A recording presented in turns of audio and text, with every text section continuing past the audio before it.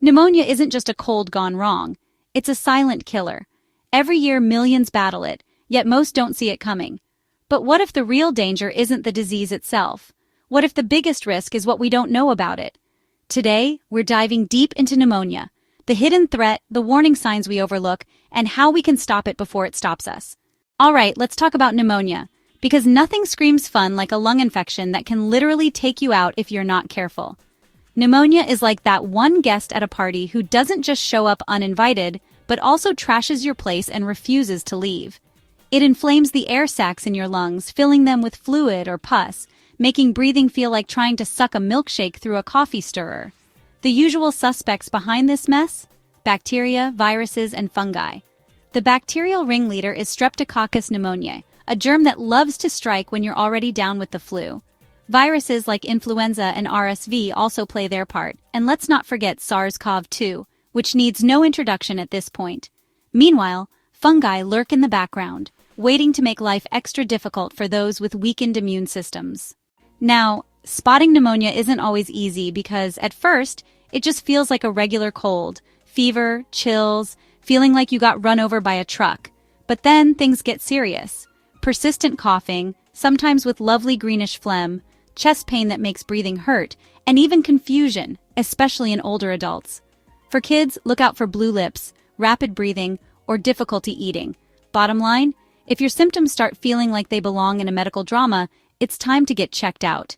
So how do doctors confirm it's pneumonia and not just you being dramatic? First, they'll listen to your lungs for sounds that don't belong.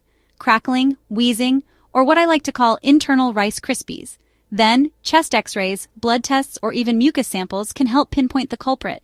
In severe cases, they might use a CT scan or a bronchoscopy, which is basically a tiny camera sent down your airways. So yeah, fun times.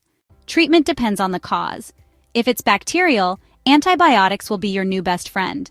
If it's viral, you'll mostly have to ride it out unless it's flu-related, in which case antivirals might help. Fungal pneumonia? That calls for antifungal meds. Regardless of the cause, rest, hydration, and managing symptoms are key. Think of it as your body's sick day protocol, just way more intense. Severe cases may need hospitalization, oxygen therapy, or even a ventilator, but let's hope it doesn't come to that. Now here's the scary part: complications. If pneumonia gets out of hand, it can lead to sepsis, a total body meltdown, respiratory failure, where your lungs just give up, or lung abscesses, pockets of pus because why not? Another lovely bonus? Pleural effusion, where fluid builds up around your lungs, sometimes needing to be drained. The moral of the story? Don't ignore pneumonia. It doesn't play fair. Some people are more at risk than others.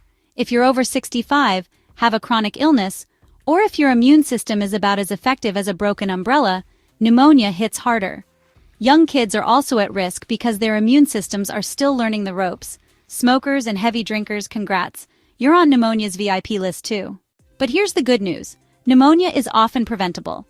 Vaccines are the MVPs here. Pneumococcal shots for bacterial pneumonia, flu shots to avoid flu-related pneumonia, and of course COVID-19 vaccines. Good hygiene helps too. Wash your hands, cover your coughs, and maybe don't share drinks with someone who's hacking up a lung. Also, quitting smoking and keeping your immune system in top shape through diet, exercise, and sleep can seriously reduce your risk. If you do get pneumonia, recovery varies. Healthy adults might bounce back in a few weeks, but older adults or those with underlying conditions could take much longer. Fatigue can stick around for weeks, and in severe cases, lung function might not fully return to normal for months. Some might even need pulmonary rehab to rebuild strength.